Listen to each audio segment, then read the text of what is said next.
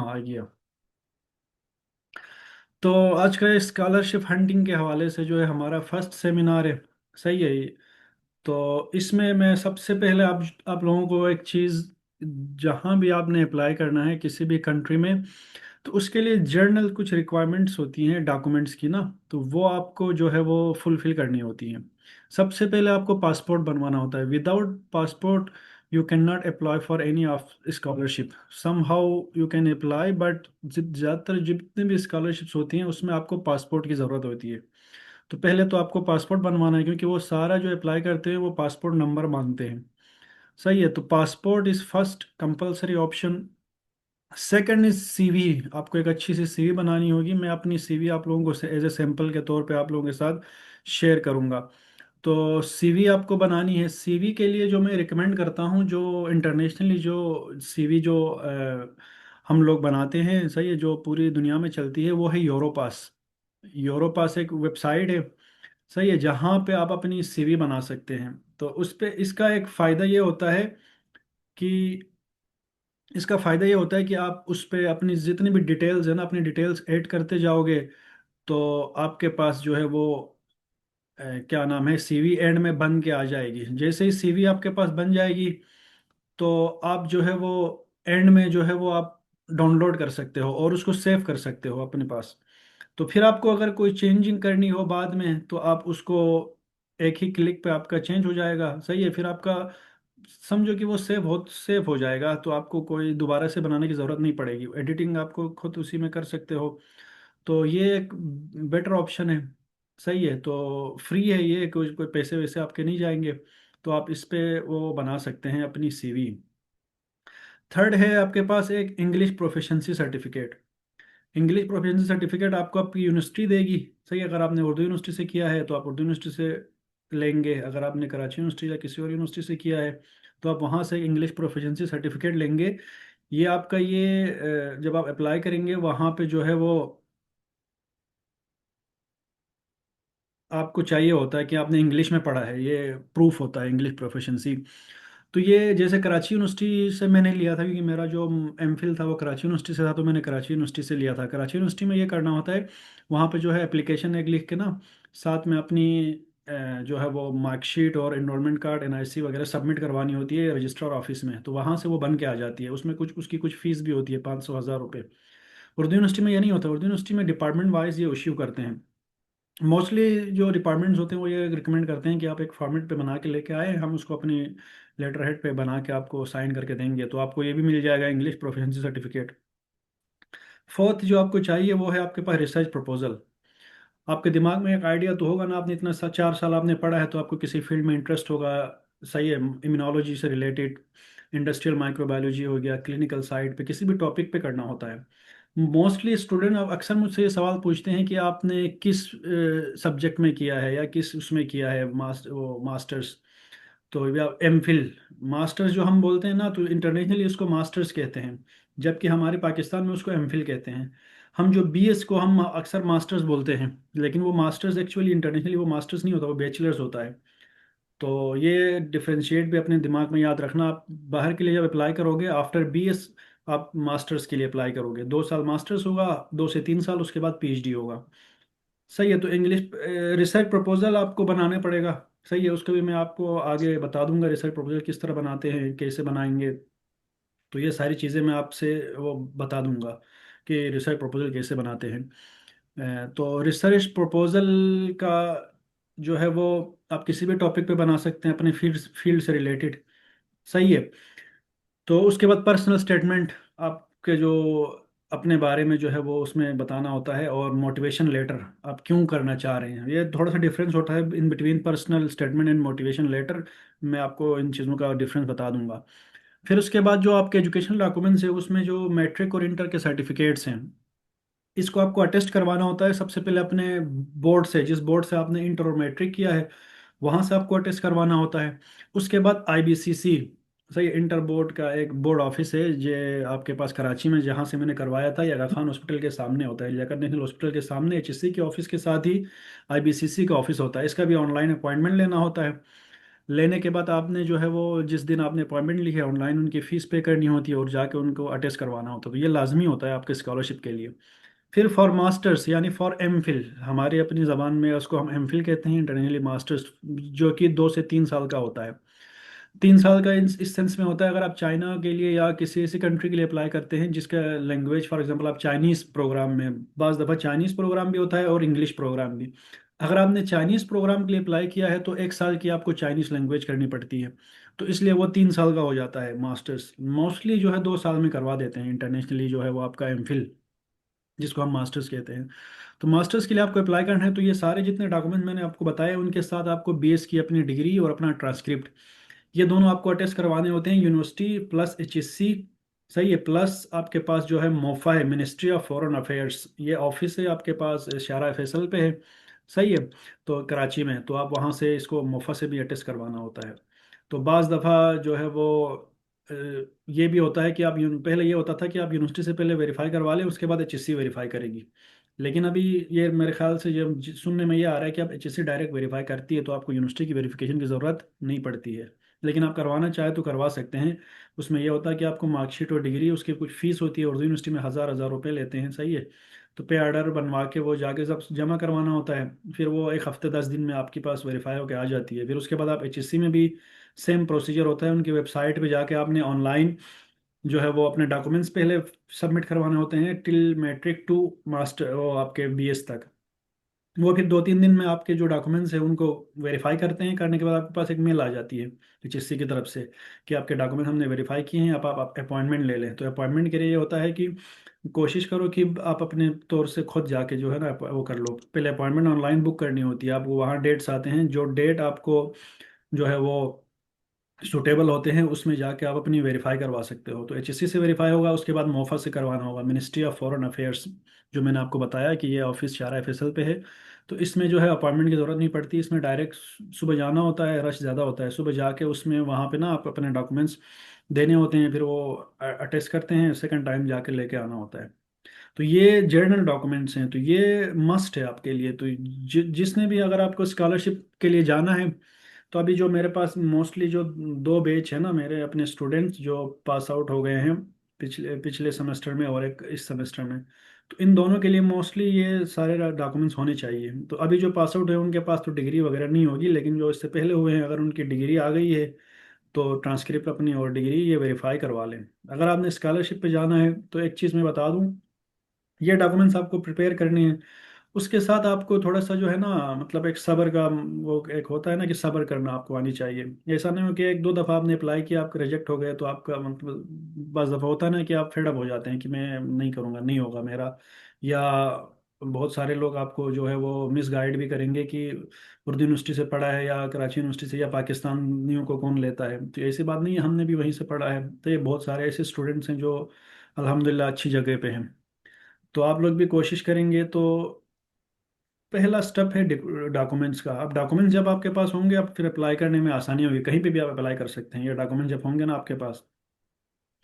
तो इन इस जो है वो ये जो सेमिनार्स होंगे इसमें मैं इन कंट्रीज़ को टारगेट करूंगा, क्योंकि इन सब का तकरीबन का मेरे पास एक्सपीरियंस है, खुद मैंने बाय बाय अपनी तरफ से ना बाय हैंड हमने अप्लाई किया हुआ है। सबसे पहला ताइवान है, बहुत सारे ये नाम आप लोग जानते होंगे, ताइवान के भी अच्छे स्कॉलरशिप्स होते हैं। सही है। और सेकंडली हमारे पास चाइना है, जापान है, हांगकांग, जापान मैंने 2 दफ़ा लिख लिया, चलें। साउथ कोरिया है, रशिया, मलेशिया, थाईलैंड। तो और भी कंट्रीज हैं, लेकिन मुझे जिनका पता है ना, मतलब ज़्यादा मुझे एक्सपीरियंस है, मैंने उनका यहाँ पे आपके पास नाम लिखे हैं। तो ये मेजर कंट्रीज हैं जिस पे आप अप्लाई कर सकते हैं। इनमें से मोस्टली जो कंट्रीज हैं उनमें आपको आइल्ट्स और ये इन चीज़ों की ज़रूरत नहीं पड़ती है। अच्छा, मैंने यहाँ एक चीज़ बताना भूल गया डॉक्यूमेंट्स में, अगर आप बहुत ज़्यादा मतलब आप कमिटेड हैं कि आप फॉरेन स्कॉलरशिप अप्लाई वो करना चाह रहे हैं, अवेल करना चाह रहे हैं, तो मेरा जो है पर्सनल एक्सपीरियंस है, तो अब मैं रिकमेंड करूँगा, अगर आप सीरियस हैं, आप चाहते हैं कि आपका स्कॉलरशिप पे हो, तो आप कोशिश करो कि आप जो है ना आइल्ट्स कर लो। टोफिल और भी हैं, लेकिन मैं रिकमेंड करूँगा आप लोगों को कि आप लोग आइल्ट्स लाजमी करना, क्योंकि आइल्ट्स आप जब करते हो तो आप पूरी दुनिया में अप्लाई कर सकते हो। लेकिन आइल्ट्स आप नहीं करोगे, 50 से 60% जो चांसेस हैं आपके ऑटोमेटिकली जो है रिड्यूस हो जाते हैं। क्यों? क्योंकि वो रिकमेंड करते हैं आइल्ट्स। और साल साल गुजरता जाता है, जैसे साल ब साल जो है वो बहुत सी यूनिवर्सिटीज़ जो है ना और भी इस तरफ आती हैं लैंग्वेज की तरफ। लेकिन अभी भी जो है वो बहुत सारी यूनिवर्सिटीज़ ऐसी हैं जहाँ पे आइल्स आपको नहीं चाहिए होगा। ताइवान की बहुत सारी यूनिवर्सिटीज़ हैं जिनमें आइल्स नहीं चाहिए होता है। मेरा खुद एडमिशन हो गया था, लेकिन मैं फाइनल उसमें जाके इंटरव्यू में मिस हो गया था मुझसे, तो मैं नहीं गया। लेकिन जब मैं यहाँ कोरिया आने से पहले मेरा एक यूनिवर्सिटी में हो गया था ताइवान में एडमिशन। तो मैंने जब कंपेयर किया तो मेरा जो है वो यहाँ का जो है वो अच्छा था स्कॉलरशिप और ये चीज़ें यूनिवर्सिटी। तो इसलिए मैं साउथ कोरिया आ गया। तो ताइवान का मुझे अच्छा एक्सपीरियंस है। मैं तो आज जो पहली जो हमारे सेमिनार है इसमें मैं आप लोगों को ताइवान के जो प्रोसीजर है उसके बारे में मैं आपको बताऊंगा। ताइवान में जो है वो दो तरह के स्कॉलरशिप्स होती हैं। सबसे पहली जो स्कॉलरशिप्स होती है वो यूनिवर्सिटीज स्कॉलरशिप, जो यूनिवर्सिटीज खुद देती हैं। सेकंड होता है ताइवान गवर्नमेंट स्कॉलरशिप, जिसको TIGP भी कहते हैं। ये हाईली फंडेड स्कॉलरशिप होती है, इसमें बहुत ज़्यादा फंडिंग मिलती है। अगर आप सेलेक्ट हो गए तो समझो मज़े हैं। इसमें स्कॉलरशिप बहुत ज़्यादा होती है। यूनिवर्सिटी स्कॉलरशिप भी अच्छी होती है। तो इसमें भी आपको इतने पैसे मिल जाते हैं कि आप जो है वो आराम से जो है अपना वहाँ पे अपने रिहाइश और ये सारी चीज़ें, और आप सेविंग भी कर सकते हो। University scholarship as well as TIGP, जिसको ताइवान इंटरनेशनल ग्रेजुएट प्रोग्राम भी कहते हैं। सही है। सबसे पहला जो है वो यूनिवर्सिटी स्कॉलरशिप। यूनिवर्सिटी स्कॉलरशिप जो है वो दो इनटेक्स होते हैं इसके, spring semester as well as fall semester.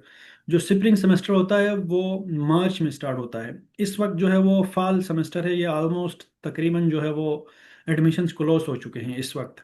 तो अगर आप अभी अप्लाई करना चाह रहे हैं तो आप फॉल सेमेस्टर के लिए आप अप्लाई नहीं कर सकते। आप जब करेंगे किसके लिए, सितंबर जो मार्च होगा ना, मार्च इनटेक 2026, तो आप उसके लिए अभी अप्लाई कर सकते हैं। तो ये समझो कि ये स्टार्टिंग पीरियड है। इस वक्त आप अप्लाई करोगे तो मार्च में इंशाल्लाह आपका हो जाएगा, अगर आपने सही से टाइम दिया इसको। तो दिन में जो है 1.5-2 घंटे आपने देने हैं। फेसबुक और ये सारी चीज़ें थोड़ी सी अपने जो है ना वहाँ जो आप टाइम कंज्यूम करते हैं उसको इस तरफ लेकर यूटिलाइज करोगे तो इंशाल्लाह आपका हो जाएगा। और जहाँ भी आपको जो मसला होगा इंशाल्लाह हम बैठे हुए हैं आपको बता देंगे। तो मार्च इनटेक होता है जिसको स्प्रिंग सेमेस्टर भी कहते हैं, और सितंबर इनटेक में जिसको कहते हैं फॉल सेमेस्टर। सही है। दोनों इनटेक्स में आपको स्कॉलरशिप अपॉर्चुनिटीज़ होती हैं। मार्च इनटेक जो है वो उसकी डेडलाइन जो होती है, एप्लीकेशन जो स्टार्ट होती है ना मार्च के लिए, जैसे ये अभी अगस्त आ गया ना, अगस्त में स्टार्ट होती हैं अभी बहुत सारी यूनिवर्सिटीज़ की ताइवान की स्कॉलरशिप्स जो है वो टाइम शुरू हो गया है।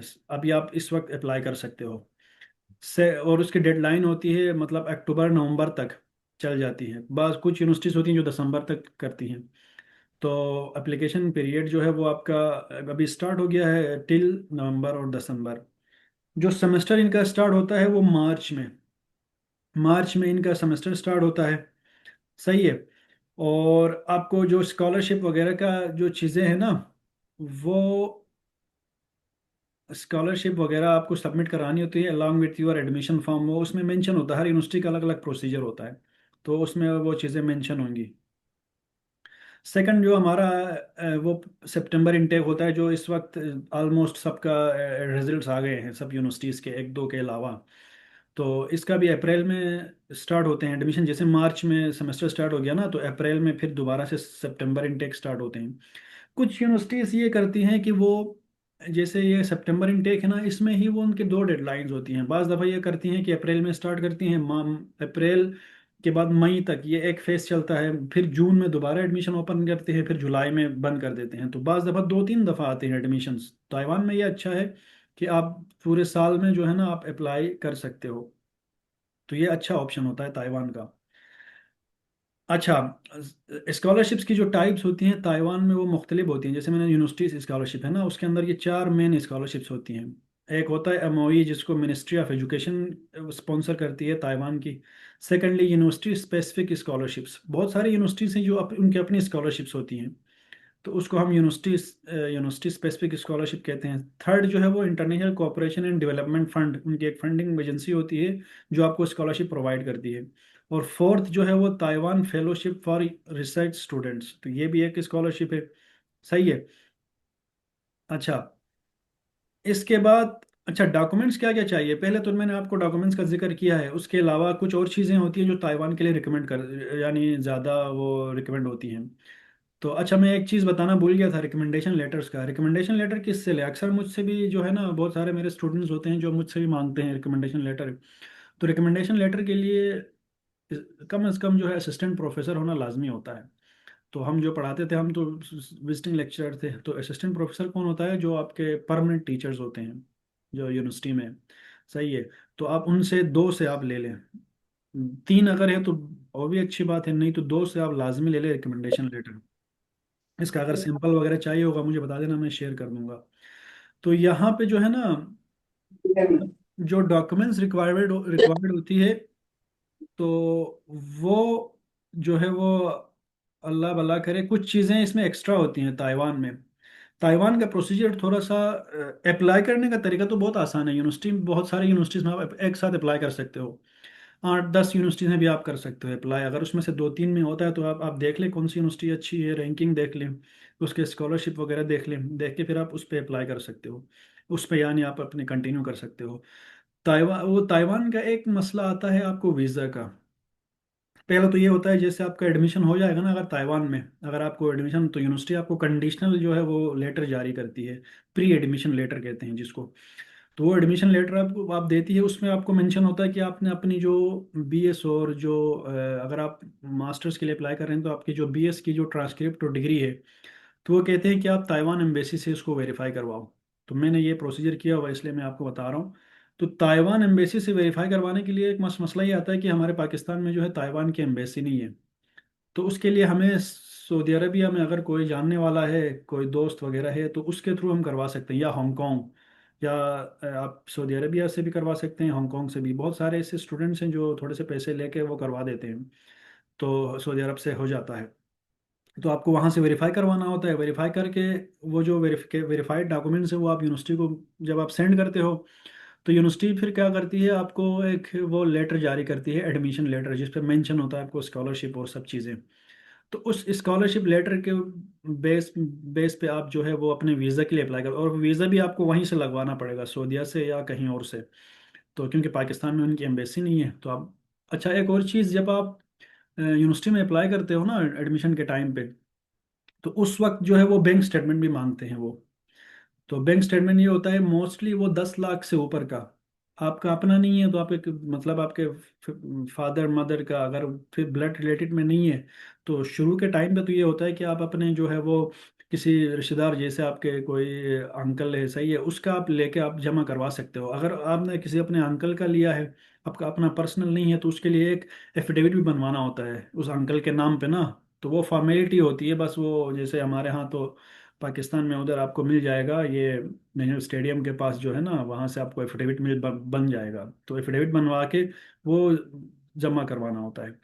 लेकिन आपको वीज़ा के लिए आपका ब्लड रिलेटेड जो है वो बैंक स्टेटमेंट लाजमी है। आपके अपने फादर का हो, मदर का हो, या भाई का हो, बहन का हो, सही है। तो जितने ब्लड ब्लड रिलेटेड रिश्ते हैं ना, उनमें से किसी का आप बैंक स्टेटमेंट यूज़ कर सकते हैं, अगर आपका अपना पर्सनल नहीं है तो। जो कि बहुत यूनिवर्सिटीज़ वेरी करती है, लेकिन मोस्टली जो है 8 लाख से ऊपर का होना चाहिए, तो वो फिर जाके आपका वीज़ा लगेगा, वरना वीज़ा वो इशू होता है वीज़ा के दौरान। तो ये भी चीज़ जहन में रखें, अगर आप ताइवान के लिए अप्लाई कर रहे हैं तो बैंक स्टेटमेंट ज़रूरी होता है।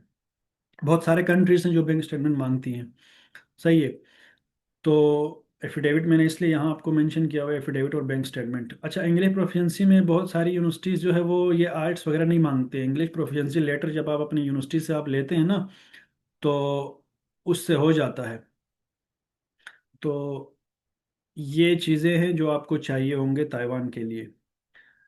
अगर कुछ चीज़ें रह वह गई हैं तो मैं नेक्स्ट उसमें बताऊंगा ताइवान के लिए और क्या चाहिए। अभी मुझे जो याद पड़ रहा है ना, जितने मैंने मेंशन की थी वो मैंने आप लोगों को बता दी। अगर कोई कंफ्यूजन है, कोई चीज़ पूछना है, तो आप लोग पूछ सकते हो इसके बारे में।